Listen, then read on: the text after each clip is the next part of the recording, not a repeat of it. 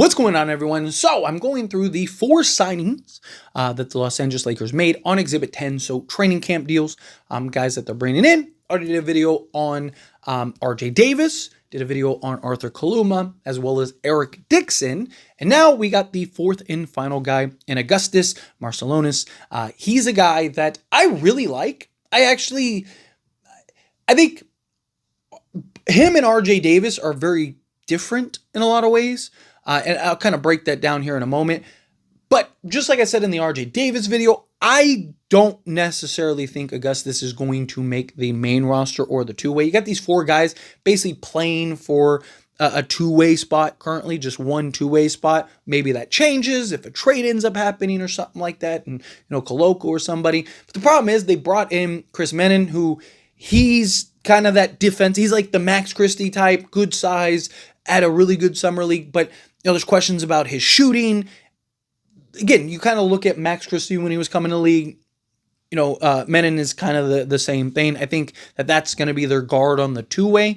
But I really do like Augustus as that kind of like true playmaker type of guy, right? Like I look at Augustus and I see kind of this Tj McConnell type of player. I see this guy that can run the offense, initiate the offense. A lot of questions about him shooting the 3 ball, but him in that mid-range is just, he's fantastic. He's in that type of mold of, again, like a TJ McConnell type, the kind that can, run your offense, be aggressive when you need him to be, operate and kind of pick his spots in the mid-range, shoot over the top, right? That's the kind of role that I see from Augustus. Right? And, he's 23 years old. He'll be 24 next March. It's a little season, right? He's a guy that the Lakers have had success with. He's a little bigger, too. He's, 6'4", 6'5", as opposed to like an RJ Davis, who is 6 foot, right? So he's a guy that has a little more size, a little more weight to him, to where he can kind of, do more things out there on the basketball court. Defensively, there's, some questions about him there. I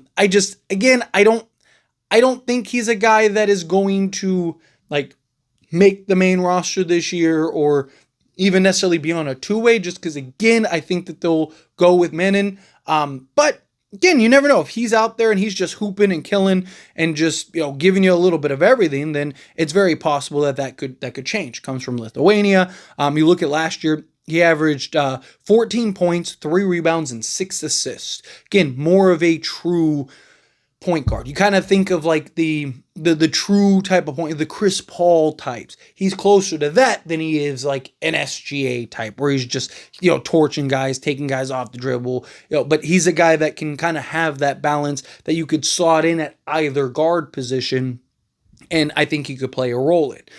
But the problem is like the 3-point shooting. He's a career 30.4% 3-point shooter with St. Mary's. And last year was his best 3-point shooting season, but he was 34.7% on 4.2 attempts. So just under 35%, even for rounding up to 35%. It's not great, right? Especially for a 4-year player in college, right? And somebody that you'd be looking in to bring in to be that kind of guard for you. Again, playmaking-wise, assist-wise, all of that, I think he's somebody that, if you're looking for somebody to just kind of run the base, run the pick and roll, fine, and slice and dice, right? Like, operate in that, like, TJ McConnell role, or, like a Tyus Jones role, but Tyus Jones is a better 3-point shooter, but still, like, I could see him as, like, that quality kind of backup guard that can come in, slot in, kind of give you different looks and perspectives, right? Like, I do think that there's a little redundancy with Luka and Austin Reeves, but if the Lakers end up trading Austin Reeves at some point or something, it's like, hey, we could use kind of another playmaker in a year or two. He's a guy that I think could slot in, kind of play that role for you off the bench and be that just main distributor. We'll see kind of what opportunities he's given, how he looks in training camp and whatnot. But that's kind of what I see and what to expect from him. But in the 35 games he played last year for St. Mary's, 35 minutes per game, 34.8 if you want to be exact, 11.2 field goal attempts. Everything were highs, by the way. He shot 44.6% from the floor, from 3-point range, like I mentioned, 4.2 attempts, shot 34.7%. So it was the most attempts as well as the best 3-point percentage, which again isn't great. But he's shown, good thing is he's shown improvement each year. So he was 18.3% his freshman season on 1.8 attempts, then went to 25% on 1.7 attempts, then 34.3% on 3.2 attempts. So literally doubled his attempt output and increased his 3-point percentage by nearly 10%. And then last year, he was 4.2 attempts at 34.7%. So just a slight uptick, but still, it's an uptick nonetheless on a whole nother attempt. So he's, at least you're seeing the progress over year in and year out. So hopefully that's something that he can kind of continue to work on, because he's like a 3-point shot away from like being legit for a team.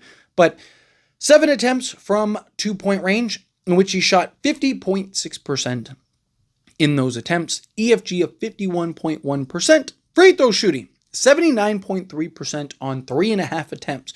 Guy that again is very crafty, great contact, get to his spots, just get to the foul line. If a shot isn't falling, he can kind of generate that by getting to the foul line, knocking down a couple free throws, kind of seeing the ball go in the hoop a couple times, which is very beneficial, right? So him being a good free throw shooter, I think, helps and goes a long way too. Career 77.1% free throw shooter in college, right? Like I said, he was almost 80% last year on 3.5 attempts. He was 84% his freshman season, so if he can kind of get back to that, but it was on 0.9 attempts. But you've seen him 2.5, 3.4, 3.5. Guy that's just steadily getting to the free throw line. Rebounds, 3.1 rebounds, 6 assists, 5.9 to be exact. And again, you look at the rebounds year in and year out, 1 to 1.2 to 3.3 to 3.1. So a guy that kind of, again, continues to, have that growth. Assists, 6 assists. Like I mentioned, 5.9, 5.3 the year previous, 1.6, 1.8. Steals, 1.3 steals.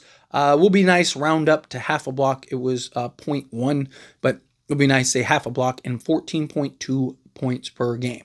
So a guy that, again, give you some scoring, give you some shooting, but again, operates in that kind of mid-range area. He's the guy that's kind of that stop and pop, shoot over the top type of mid-range shooter.